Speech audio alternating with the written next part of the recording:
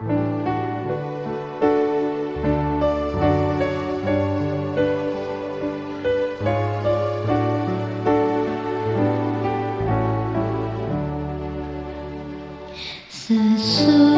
malam fajar mereka bersama Yesus, surga mulai. Habislah kerja, oh fajar mulia. Sesudah malam hari bermain. Sesudah malam pertemuan indah, tiada menangis, tiada kesal. Di negeri mulia tak lagi pisah. Sesudah malam hidup kekal. Shalom, pemirsa yang diberkati Tuhan. Bertemu kembali dalam seri Renungan Pagi. Sebelum kita memulai, mari kita sama-sama berdoa. Tuhan Yesus yang baik, terima kasih atas penyertaan-Mu dan penjagaan-Mu hingga sampai saat ini. Pada saat ini kami akan sama-sama mendengarkan Renungan Pagi. Berkatilah kami supaya dapat mengerti dan memahami. Ampunilah dosa kami, dan dalam Yesus kami berdoa dan mengucap syukur. Amin. Renungan Pagi Harian, Jumat 25 Juli 2025. Berjudul, Kebangkitan Rohani Saya. Ayat hafalannya, aku telah disalibkan dengan Kristus. Namun, aku hidup, tetapi bukan lagi aku sendiri yang hidup, melainkan Kristus yang hidup di dalam aku. Galatia 2 ayat yang 20.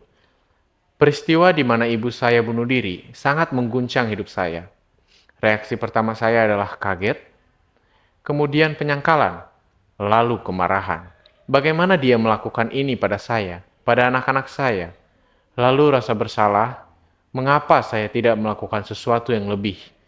Saat saya mencoba menyatukan bagian-bagian hidup saya mempertanyakan peran Tuhan dalam penderitaan ibu. Dia menderita manik depresif dan pilihannya untuk mengakhiri hidupnya. Secara membabi buta, saya hanya melihat dua pilihan. Yang pertama, Tuhan tidak menggenapi janjinya untuk tidak membiarkan cobaan apapun melebihi kemampuan ibu. Atau yang kedua, ibu hanya gagal. Apapun yang terjadi, itu adalah situasi yang kalah.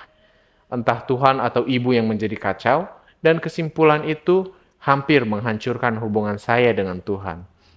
Selama 1 atau 2 tahun berikutnya, saya benar-benar bergumul dengan kehidupan rohani saya. Melihat kembali ke belakang, saya pikir itu adalah kombinasi dari kehidupan rohani saya yang relatif steril sebelum kematian ibu, bunuh diri, dan pertanyaan selanjutnya yang terlintas dalam pikiran saya tentang peran Tuhan dalam hidup kita. Juga, saya menghadiri gereja besar yang impersonal, di mana saya tidak memiliki kelompok pendukung untuk mendengarkan, memberi semangat, dan menegaskan kepada saya kebenaran bahwa Tuhan mengasihi dan iblis menghancurkan. Saya malu untuk mengatakan bahwa saya hampir menyerah kepada Tuhan.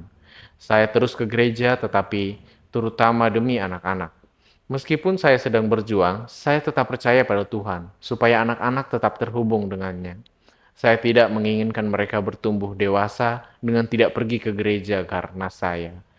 Sebelum membuat pilihan terakhir untuk melarikan diri dari Tuhan, saya berkomitmen untuk membaca dan menyelidiki kembali Alkitab. Saya membaca buku karya Philip Yancey, Where is God When It Hurts? Itu sangat membantu saya untuk bangun dan mencium aroma mawar.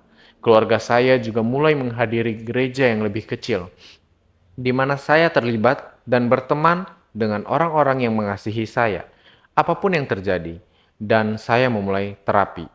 Selama 5 tahun terakhir, ini saya benar-benar menjadi hidup kembali secara rohani. Saya mendapat manfaat dari 4 kelompok kecil, 1 kelompok pemulihan sekuler, dan 3 kelompok berbasis spiritual. Saya bersukacita melalui renungan dan doa yang jauh lebih bermakna. Dan saya menjadi jauh lebih aktif di gereja saya. Sungguh luar biasa, suatu kebangkitan rohani bagi saya pribadi. Saya bertanya-tanya, mengapa saya memerlukan waktu begitu lama? 30 tahun untuk terhubung dengan Tuhan. Ya Tuhan, Engkau sungguh baik, Engkau mempunyai pundak yang besar dan kuat untuk bersandar ketika saya merasa lemah. Engkau dengan sabar mendengarkan saya ketika saya mempertanyakan Engkau dan jalan-jalan-Mu. Dan Engkau mengasihi saya bagaimanapun situasinya. Terima kasih. Oleh Rob Thomas. Tuhan memberkati. Tuhan, terima kasih Engkau telah menyertai kami hingga sampai saat ini. Pada saat ini kami juga telah selesai mendengarkan renungan pagi. Berkatilah kami supaya dapat mengerti dan memahami apa yang sudah kami dengar. Berkati juga para pemirsa yang bersama-sama dengan kami mendengarkan renungan ini.